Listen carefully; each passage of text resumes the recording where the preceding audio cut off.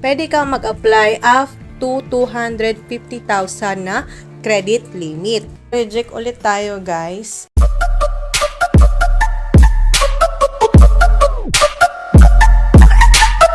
Hi guys! Welcome sa aking YouTube channel, and for today's video, meron naman akong gustong i-share sa inyo about dito sa Revi Credit. So kung paano yun guys, just keep on watching and don't forget to click the subscribe button and hit the notification bell para lagi kang updated sa aking mga upcoming videos. But before that, if you want to know more about GCash na connected din kay Revi or kay CIMB Bank, ay pwede nyong ma-watch dito sa aking GCash playlist dito sa aking YouTube channel. So dito lang guys, mapapanood nyo yun guys kung paano ba natin magagamit si Revi Credit, paano ba natin magagamit si CIMB Bank, at paano natin siya mako-convert using our GCash account.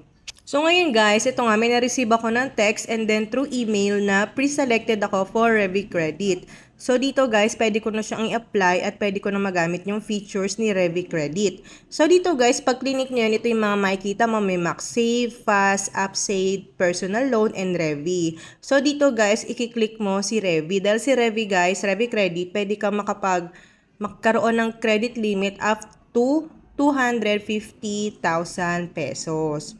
Pero dito sa akin guys, ay ang na-approve is 30,000 pesos. So yun yung i-grab natin ngayon guys. So ito yan, as low as 1% monthly interest. So hindi naman siya nalalayo kay G-Credit. Ganon din siya guys, may credit limit siya na tinatawag. Pwede mong magamit anytime. So sa susunod kong gagawin na video, ituturo ko sa inyo kung paano ko siya i-convert using GCash. Next na natin is i-click na natin yung terms and condition, and then i-click natin yung maliit na box, and then i-click lang natin yung I agree. So dito naman guys, you've been pre-selected, and ang pwede ko nga makuha is 30,000 with monthly interest na 2.75%. Dito rin guys, pwede ka makakuha ng free virtual card. Then, dito, pwede mo rin makita yung mga balance transfer mo at kung ilan yung pwede mong kunin dito kay Revi Credit. Dito naman guys, so kailangan natin simulan. So dapat meron kang eligibility. Ibig sabihin dapat na meron ka nitong mga requirements ni Revi. So una, kailangan Filipino citizen, 21 years of age, may gross monthly income 10,000, must have Philippine number, and then Philippine mailing address. So yun yung mga kailangan lang dito para ma-approve ka kay Revi Credit. Then after that, dito pipili ka na ng desired Revi Credit limit. So di naman tayo masyadong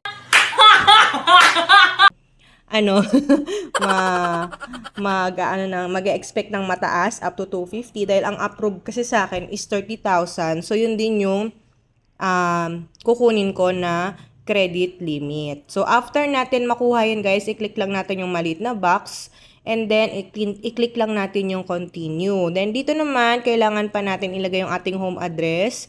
And then after mo magawa ito guys, at make sure na wala kang lalaktaway. Kasi kung wala naman guys, ilagay mo lang na none. Then after that, click mo lang continue. Then tell us more about yourself. So kailangan dito ng civil status, employment type, occupation, and gross monthly income, and PIN ID number. So dito guys, self-employed dahil tayo ay nag-upload lang kay YouTube. So magkano yung ating income doon, and then media entertainment yung pinili ko. Then click mo lang yung continue. Then, yung business name, which is yung pangalan ng aking YouTube channel, and then yung contact number ko.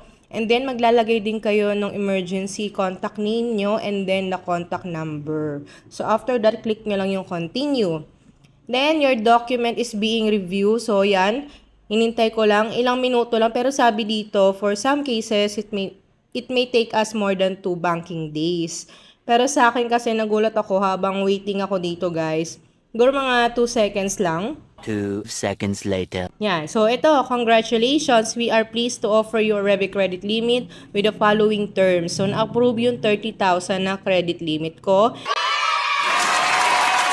And then, the billing date is every 13th of the month. And then, 15 days after the statement date, yung due date niya.